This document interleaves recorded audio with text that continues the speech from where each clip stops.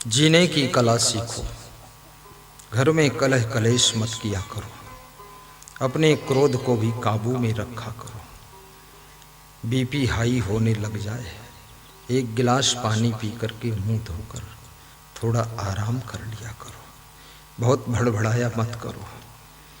ये घर परिवार, ये संसार सब अपनी अपनी बुद्धि संस्कार से चलता है। तुम भी थोड़ा संतोष कर लिया करो, बहुत परेशान मत हुआ करो। थोड़ा दूसरे के मन में भी राजी हो जाया करो। जबरदस्ती करना छोड़ दो, हिल मिल करके आगे बढ़ो। हर पत्नी का कर्तव्य है कि अपने पति का मनोबल बढ़ाती रहे, अपने पुत्र का भी मनोबल बढ़ाइए। आपके पुत्र के अंदर बहुत बड़ी सामर्थ्य छुपी हुई है। आज श्री मोहन सियोटा जी कह रहे थे कि मेरा बेटा IAS परीक्षा देना चाहता है, मैं इसको डॉक्टर बनाना चाहता था, पर ये कलेक्टर बनना चाहता है। तो मैंने कहा इसको मैं भी कलेक्टर ही बनाना चाहता हूँ। खड़े हो जाओ तुम हिम्मत के साथ। ये हरदा का कलेक्टर बनकर आ जाए, अपन लोगों को अच्छा होगा। हरदा में चल के इसको पकड़ लेंगे। एक कलेक्टर साहब आ जाइए फटाफट, अपने भक्त का शिष्य कलेक्टर हो जाए। बड़ी सोच रखो, तुम्हारे अंदर बुद्धि का अनंत सागर है। मनुष्य अपनी बुद्धि का सही प्रयोग कर ही नहीं पाता है। ज्यादातर लोगों की बुद्धि दुख और चिंता में, कलह कलेश में, पीड़ा में, इधर उधर में, दंड भंड में खत्म हो जाती है। अधिकतर लोग टेंशन में अपनी बुद्धि को जलाते रहते हैं। वैज्ञानिक 14% अपनी बुद्धि को खर्च कर पाता है, तब वो वैज्ञानिक बन जाता है। हम आप तो बस 4-5-6% में रह जाते हैं, इसके ऊपर जा ही नहीं पाते। बाकी सब बुद्धि इधर उधर पड़ी रहती है, रोने धोने में खर्च हो जाती है। बहुत सी स्त्रियों की बुद्धि तो बहुत दुख है उनके जीवन में। माँ का दुख, नानी का दुख, नानी की नानी का दुख, पड़ोसिन की दीवार का दुख, पेड़ का पत्ता एक गिर गया उसका दुख, भैंस का एक बाल टूट कर गिर गया उसके लिए रो रही है, दुनिया भर का बहुत बवाल है। अरे ये सब बंद करो, ऐसा नहीं। अधिक दुखी रहने से भी बुद्धि की सामर्थ्य सुप्त अवस्था में पहुंच जाती है। जोर से थोड़ा ठट्ठा मारकर हंस भी दिया करो। पति पत्नी, पिता पुत्र, माँ बेटी, सास बहू बैठकर एक साथ हंसो, एक साथ भजन करो, एक साथ भोजन करो, फिर देखो बुद्धि कितनी बढ़ती है। ठिकाना नहीं रहेगा बुद्धि का। प्रवचन सुनोगे तो भी बुद्धि बढ़ेगी आपकी। बहुत बुद्धिमान हो तुम। यहाँ जितने बैठे हैं मैं सबकी मस्तक रेखा देख रहा हूँ, इसमें कोई बुद्धो क्लास का है ही नहीं।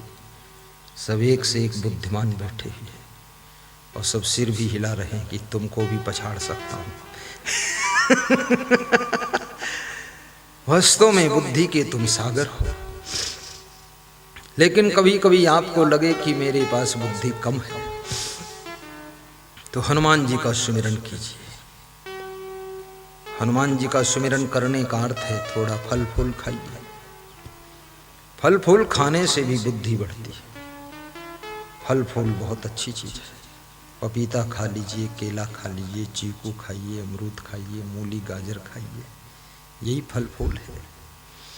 मटर की 2-4 फली खा लीजिए, चने का साग खा लीजिए। फल फूल का मतलब ये भी नहीं कि भोजन छोड़ ही दो, फल फूल ही खाओ तो कोई बीमारी भी पैदा हो जाएगी। कोई चीज को अति नहीं खाना चाहिए। बुद्धहीन तन जाने के सुमिरो पवन कुमार, बल बुद्धि विद्या देहु मोहि हरो कलेश विकार। पवन कुमार को सुमिरन करने का अर्थ ये भी है अपने ब्रह्मचर्य को भी थोड़ा संभालिए। हनुमान जी ब्रह्मचारी थे। गृहस्थाश्रम में साप्ताहिक ब्रह्मचर्य का पालन करके अपने शरीर को स्वस्थ और तेजस्वी बनाइए। साथ साथ में अपनी बुद्धि को कुशाग्र बनाइए, एकाग्रता भी सीखिए। मन को एकाग्र करना सीखो, शीघ्रता के साथ। ध्यान आपका कंसंट्रेट होना चाहिए। कितने विद्यार्थी कहते हैं कि पढ़ने में मन नहीं लगता है, कितने विद्यार्थी कहते हैं पढ़ता हूँ पर याद ही नहीं होता। आज मेरे से एक साधु कह रहा था, मैंने कई संतों को 10 दिनों से एक कोर्स दिया हूँ गुरु महिमा पुस्तक याद करने का, तो किसी को 2 लाइन याद हुई, किसी को 3 लाइन याद हुई है, तो किसी को याद हुई है, सुनाने आता है, कमरे में मेरे आते ही सब भूल जाता है। बंदगी करता, हाथ जोड़ता, कहता क्षमा करना गुरुदेव, सब भूल गए। हमने कहा क्या हुआ? बोले आपके सामने ही पूरा दिमाग फेल हो गया। हमने कहा मैं छिप जाता हूँ पर्दे के आड़ में। बोले बुद्धि नहीं क्या? लेकिन ऐसा नहीं है। स्नान करते समय भी उसी को मनन करो, तब याद रहेगा। भोजन खाते समय भी मनन करो। मैं न्यू सियोटा मशीनरी स्टोर सतवास में गया था, तो वहाँ भजन बज रहा था। बड़ा अच्छा भजन हमारे मोहन सियोटा जी बजा रहे थे। खड़े हो मोहन सियोटा, तुमको लोग पहचान ले, कम से कम कुछ मशीनरी का सामान मिल जाएगा तुम्हारे यहाँ सभी को। ये दुकानदार हैं और गुरु जी के महान भक्त। तो भजन बजा रहे थे कि तू मेरा मुर्शिद है, मैं तेरा सेवक हूँ। तो मुझे बहुत अच्छा लगा। तो वही 2 ही लाइन सुना था मैं, तो रात में इसको मनन करता रहा। स्नान के समय मनन किया। तो जिस बाजा से बजा रहे थे वो बाजा भी दे दिया। बोले उधर ही सुनो जाकर। तो हमने कहा बाजा छोटा है मोहन, इसको तुम ले जाओ वापस, बड़ा दे देना। बोले ठीक, बड़ा मिल जाएगा तो बड़ा ला दूंगा। मैंने कहा सुबह 6 बजे परिक्रमा होती है, उसमें बजाता हुआ जाऊंगा, 2.5 किलोमीटर जाऊंगा, 2.5 किलोमीटर आऊंगा। तू मेरा मुर्शिद है, मैं तेरा सेवक हूँ। बहुत अच्छा लगा। जितनी ज्यादा नम्रता तुम्हारे अंदर भरती चली जाएगी, उतनी ज्यादा तुम्हारी बुद्धि बढ़ती चली जाएगी। जितना ज्यादा अहंकार तुम्हारे अंदर पैदा होता चला जाएगा, उतनी बुद्धि तुम्हारी खत्म होती चली जाएगी। नम्र बनो, तब बुद्धिमान हो पाओगे। मन को एकाग्र करो और बुद्धि को कुशाग्र बनाओ। इंटेलिजेंस माइंड होना चाहिए। ये माटी के धोंधा बन करके काम चलने वाला नहीं। दिमाग पर जोर डालो, क्यों नहीं याद होगा। मैं जब हाई स्कूल में पढ़ता था तो मैथमेटिक में एक टॉपिक था trigonometry, sine theta plus cos theta बराबर कोसेक थीटा। तो थीटा फीटा में मेरा दिमाग चल रहा। मैंने कहा ये यार क्या लफड़ा, समझ में नहीं आता था। तो मैंने कसम खाया इसको पूरे समझना हमको है। खूब मन लगाया।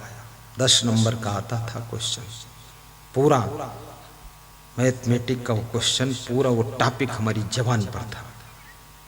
10 में 10 नंबर आया उसमें। मैंने कहा रगड़ के मानूंगा इसको। मैं पढ़ने में बहुत जिद्दी भी था। खाना खाना बंद, पानी बंद, सोना बंद, जब तक याद ना हो जाए।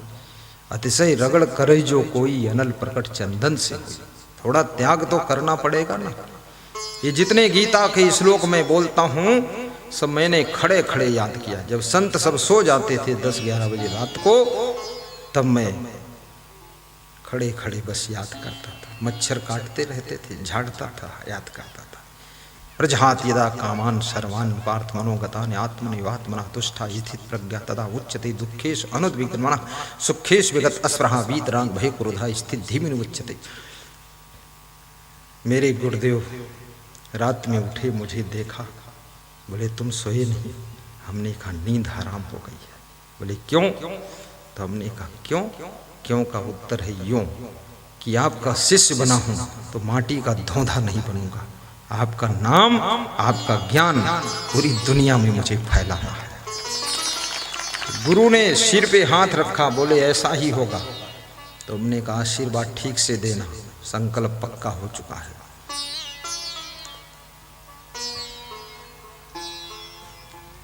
वह चीज तुमको याद हो सकती है जिसमें तुमको लाभ दिखाई देगा। महत्वाकांक्षा को अंदर जागृत करो। किसी चीज को प्राप्त करने की जब आपके अंदर महत्वाकांक्षा जागृत हो जाती है तो उस लक्ष्य तक पहुंचने के लिए तुम्हारे नस नस की सारी ऊर्जा सक्रिय हो जाती है और पूरा तन मन तुम्हारा उधर एक्टिव हो जाता है। फिर तुम उस लक्ष्य को पाने के लिए सोई हुई बुद्धि को भी जागृत करके जुट जाते हो और सहज ही लक्ष्य तुमको प्राप्त हो जाता है।